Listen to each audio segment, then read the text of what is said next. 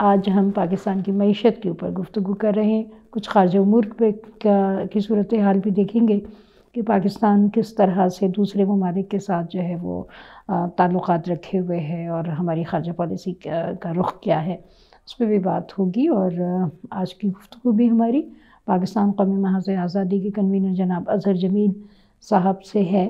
آپ لوگ اب تو ان سے خوب اچھی طرح واقف ہو چکے ہوں گے، لیکن اپنا فیڈ بیک ضرور دیجیے. ہمیں انتظار رہتا ہے اس بات کا، اور حصہ بھی لیجیے، اس گفتگو کا حصہ بھی بنیے کہ ہم یہ جان سکیں کہ پاکستان کی سیاست پر عوام کی نگاہ کس حد تک ہے. اور بہت اچھی جو فیڈ بیک ہمیں مل رہا ہے دنیا بھر سے مل رہا ہے. پاکستان کے علاوہ دیگر ممالک کے لوگ بھی جہاں جہاں اردو سمجھی جاتی ہے، بولی جاتی ہے، وہاں پر بھی لوگ ان ویڈیوز کو دیکھتے ہیں اور اپنا فیڈ بیک بھی دیتے ہیں. تو میری آپ سب سے گزارش ہے کہ آپ جو بھی سمجھیں، جو بھی آپ کی رائے ہو، اختلاف کرتے ہیں یا اتفاق کرتے ہیں، لیکن کیجئے ضرور بتائیے ہمیں کہ آپ اور کیا چاہتے ہیں کہ کن موضوعات پہ گفتگو ہو، اور آپ کی کیا رائے ہے کہ جو کچھ ہمارا تجزیہ ہے اس میں آپ کیا بڑھا سکتے ہیں. آئیے گفتگو کا آغاز کرتے ہیں. اظہر صاحب، کووڈ کے بعد ہم نے اس پہ پہلے بھی بہت گفتگو کی ہے، لیکن اس پہ شاید مسلسل گفتگو ہونی چاہیے. پاکستان کی جو معاشی صورتحال ہے، عالمی اداروں کا یہ کہنا ہے، جو رپورٹس آ رہی ہیں، کہ پاکستان کا اگلے مالی سال میں بھی معیشت کا سنبھلنا ممکن نظر نہیں آتا. بہت ہی ہولناک قسم کی بات ہے، جس پہ میرے خیال میں سب کو کی توجہ ہونی چاہیے. لیکن حکومت کی طرف سے جو اقدامات نظر آتے ہیں، ان میں کوئی ایسی حوصلہ افزا چیز نہیں ہے کہ جس سے یہ محسوس ہو، عوام میں کوئی سکون کی کیفیت آئے کہ ہاں ہم آئندہ سال جو ہے وہ سنبھل جائیں گے اور لوگوں کو نوکریاں بھی ملیں گی، بے روزگاری بھی دور. ابھی 4,500 ملازمین نکال دیے اسٹیل مل سے. اس کے بعد واٹر بورڈ سے جو ہے وہ 1,200 لوگ نکالے گئے، کیونکہ شدید احتجاج ہوا ہے تو واٹر بورڈ والا رکا. لیکن اگر یہی رہے گا سلسلہ تو ایک تو میں یہ پوچھنا چاہتی ہوں کہ کیا ہماری گرتی ہوئی معیشت کا سبب واقعی کووڈ ہے یا ہماری ناقص پالیسیاں ہیں؟ نہیں، بڑا اچھا سوال ہے. میں سمجھتا ہوں ہماری ناقص پالیسیاں بنیادی طور پہ ذمہ دار ہیں، اور جب سے یہ نئی حکومت آئی 2018 میں تو سلسلہ ادھر سے جو عارضی طور پہ تھوڑا بہت بہتری کی شکل آئی تھی پچھلی حکومت کے دور میں، وہ بالکل ختم ہوئی اور بالکل نیچے کی طرف معیشت گئی. اس کے اوپر کووڈ-19 آ گیا. یعنی کووڈ-19 سے پہلے بھی جو پہلے ہی سال کے اندر ماہرین معاشیات کہہ رہے تھے، یعنی جو سرکاری بھی تھے، نیم سرکاری بھی تھے، بین الاقوامی طور پہ بھی کام کر چکے تھے، کہ بھئی پہلے سال میں 10 لاکھ لوگ بے روزگار ہوئے ہیں اور کوئی 12 لاکھ لوگ خط افلاس کے نیچے مزید گئے ہیں. اب اگلے سال میں ان کا کہنا تھا کہ 22 لاکھ لوگ بے روزگار ہوئے ہیں، اور خط افلاس کے لیے انہوں نے کہا تھا 40 لاکھ لوگ ہر سال خط افلاس کے نیچے جائیں گے. اور اس کے اوپر کووڈ آیا ہے اور خرابی اور تباہی آئی ہے. تو میرا کہنا ہے کہ سب کچھ تو ان ماہرین معاشیات جو سرکاری اور نیم سرکاری تھے انہوں نے خود ہی بیان کر دیا. اب وہ بات الگ ہے کہ خود ان لوگوں نے کیا کیا جب وہ حکومتوں میں تھے اور کیا مشورے دیے جس نے ہمیں یہاں تک پہنچایا. تو جس کا جواب وہ یہی کہیں گے کہ ہم مشورے ٹھیک دیتے تھے، سیاسی حکومتیں تھیں یا ماشاء اللہ حکومتیں تھیں، جتنا مانتے تھے اتنا اس پہ انہوں نے عمل کیا. لیکن بحران اتنا شدید ہے کہ اب کہنا، جب حکومت آئی تھی عمران خان کی تو کوئی 20 سے 32% لوگ خط افلاس کے نیچے تھے. اب 50% کہہ رہے ہیں لوگ کہ خط افلاس کے نیچے ہیں. اور بے روزگاری جو ہے کہاں سے کہاں چلی گئی. حکومتوں نے جو سپورٹ دینی چاہیے تھی، یعنی 12,000 روپے ایک مہینے دیا ان کا احساس پروگرام تھا. یعنی آپ 3 مہینے کے لیے بھی دے دیں. وہ بھی سب کو تو نہیں ملا. نہیں ملا، لیکن ہمارے پاس ساری انفارمیشن ہے. احساس پروگرام کے پاس ہے، اسٹیٹ بینک کے پاس ہے. اگر آپ غریبوں کو کچھ پیسہ پہنچا دیتے تو ان کی قوت خرید میں تو اضافہ ہوتا، اس سے معیشت کو ہی فائدہ ہوتا. آپ دیکھیے امریکہ کو $6 ٹریلین چھاپے ہیں، اور انہوں نے $1 ٹریلین اس طرف سوشل سیکیورٹی ہینڈ آؤٹس دیے ہیں.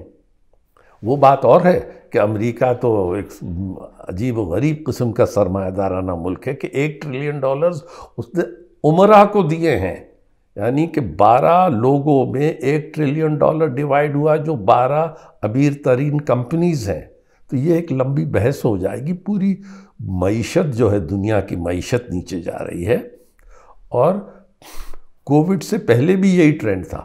جیسے پاکستان میں زوال پذیری نظر آ رہی تھی 2018 کے بعد،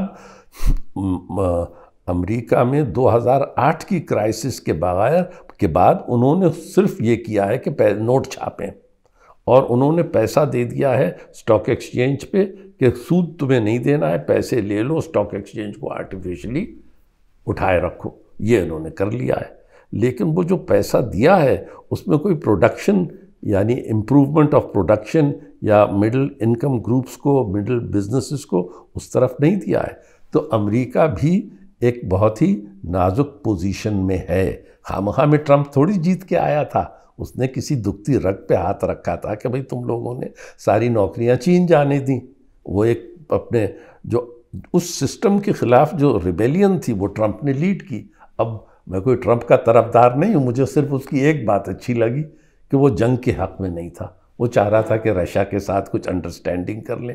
ملٹری ادھر کی جو تھی، ملٹری انڈسٹریل کمپلیکس، دنیا کی سب سے طاقتور قوت، اس نے اس کو تقریباً رشیا کا ایجنٹ کہا اور اس کو رشیا کے ساتھ مفاہمت کی طرف بڑھنے نہیں دیا. لیکن اب تو پھر جو بائیڈن آ گیا ہے. ہاں، اور اب آپ دیکھیے کہ حالانکہ اگر وہ رشیا کے ساتھ اگر امریکہ کی کچھ مفاہمت ہوتی تو وہ مطلب چین سے ڈیل کرنے میں شاید انہیں کچھ بہتر پوزیشن ہوتی. یہ ٹرمپ چاہ رہا تھا، لیکن انہوں نے پیوٹن کو بالکل جا کر کے چین کا پکا اتحادی بنا دیا. اس میں مجھے ایک اور بات یاد آئی کہ ہمارے وزیر اعظم نے حالات کو سمجھے بغیر این الیکشن کے دنوں میں ٹرمپ کی جو حمایت کا اعلان کیا. نتیجہ کچھ اور نکلا، جیت کے آئے جو بائیڈن. اب پاکستان اور امریکہ کے تعلقات آپ کے خیال میں کیسے ہوں گے؟ دیکھیے، جہاں تک ہمارا تعلق ہے، جو بھی حکومت آئے گی اسے پاکستان کی حکومت کی ضرورت ہے تاکہ افغانستان کے ایشو کو ریزالو کیا جائے. تو ہم اتنے نیچے آ چکے ہیں کہ ہم افغانستان سے پیسے مانگ کے لائیں. نہیں، میں تو نہیں سمجھتا کہ اس حد تک ہماری پوزیشن خراب ہے. لیکن ظاہر سی بات ہے، ہم نے جو شے خرچیاں کی ہیں، ملٹری ہماری ملٹری کے جو کردار رہا ہے، اور ہم اپنے آپ کو ایک ڈیپ اسٹیٹ کی اسٹریٹجک ڈیپتھ کی پالیسی فالو کر رہے تھے. اب وہ سارے مسائل گھوم پھر کے ہمیں اس کا خمیازہ بھگتنا پڑ رہا ہے. ایک بات ہے کہ ہمارا جڑاؤ بین الاقوامی معیشت سے اتنا زیادہ نہیں ہے، تو ہمیں نکلنے میں اتنی دشواری نہیں ہوگی. جتنی بھی حالات خراب ہوں، اگر ہم واضح طور پہ کچھ نئی پالیسیز لائیں، یعنی مثال کے طور پہ میں آپ سے کہتا ہوں، ٹیکس سب پہ ہونا چاہیے. 1 لاکھ تک کی آمدن پہ آپ ٹیکس نہ لیں، لیکن 1 لاکھ سے زیادہ مہینے کی جس کی آمدن ہے، خواہ وہ ایگریکلچر سے ہو، انڈسٹری سے ہو، پرائیویٹ بزنس سے ہو، جہاں سے بھی ہو، ٹیکس آنا چاہیے. یعنی جن کو ہم ٹیکس نہیں کر رہے ہیں وہ تو مزے لوٹ رہے ہیں. وہی آ کے پارلیمنٹ میں بیٹھتے ہیں، بڑے بڑے فیوڈلز، لینڈ لارڈز. اور ایگریکلچر انکم، اور تمام جو دنیا جہاں کے کرپشن کی کمائی جو ہے وہ اپنے ایگریکلچر میں انکم میں دکھا دیتے ہیں. اس پہ کوئی ٹیکس نہیں ہے. نہ کہ وہ پورا دکھاتے ہیں، لیکن مبرہ ہیں ٹیکس سے. سارا ٹیکسیشن جو ہے انڈائریکٹ ہے ہمارے ہاں. 70% سے زیادہ ہمارے ہاں انڈائریکٹ ٹیکسز ہیں، جس کے معنی ہے محنت کش، غریب طبقہ، lower middle class, fix salary earners یہ ٹیکس دے رہے ہیں۔ آج کے حالات میں، آج کی ٹیکنالوجیز میں ہمارے پاس وہ صلاحیت ہے کہ جو پاکستان 2 سال پہلے 11% آف جی ڈی پی ہم tax to G D P ratio تھا، ماہرین تھے جو باہر سے آئے اور انہوں نے کہا کہ 2-2.5 سال میں ہم 11 سے 22% tax to G D P ratio کر سکتے ہیں۔ ترکی جو ہے 25% tax to G D P ratio رکھتا ہے، France 48% tax to G D P ratio رکھتا ہے۔ ہمارا مسئلہ یہ ہے کہ ہم اپنا ٹیکس نظام ٹھیک کریں، بے دردی سے ہم ٹیکس وصول کریں، سمپلیفائی کر دیں کہ آپ کو آئی ٹی او کے سامنے نہیں جانا ہے، لیکن یہ معلومات سب ہمارے سی بی آر رکھتی ہے، ہمارا اسٹیٹ بینک رکھتا ہے، ہمارے حکومتی ادارے رکھتے ہیں کہ کس کے پاس پیسہ ہے۔ آپ کو ٹیکس کرنا پڑے گا، یا تو آپ کیا کرتے ہیں، ان کو بخش دیتے ہیں، آپ جا کے ورلڈ بینک اور آئی ایم ایف اور ایشین ڈیولپمنٹ بینک سے لیتے ہیں۔ تو یہ ڈیسیسو پوائنٹس آ گئے ہیں کہ ہمیں یہ اب فیصلے کرنے پڑیں گے۔ جو پی ڈی ایم نے جو باتیں کی ہیں وہ بالکل صحیح ہے، پارلیمنٹ سپریم ہونی چاہیے، لیکن پارلیمنٹ کے ذریعے ایک سوشو اکنامک ریفارم پروگرام ایسا آنا چاہیے جو ہمیں اس کرائسس سے نکال سکتا ہے۔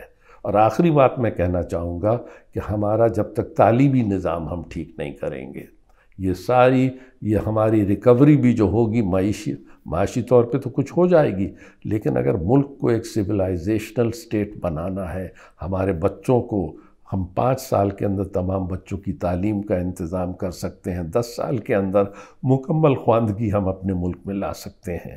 بھلے کچھ کم کمائیں، لیکن اب تعلیم یافتہ ایک قوم ہو، اور پاکستان کے لیے 10 سال میں ہم یہ اچیو کر سکتے ہیں، 15 سال کے اندر ہم مڈل انکم اکانومی ہو سکتے ہیں، اور 20 سال کے اندر ہم ایک امیر ملک بھی بن سکتے ہیں۔ لیکن اگر یہ موقع ہم نے گنوایا یہ 10 سال، تو پھر we will have missed the bus۔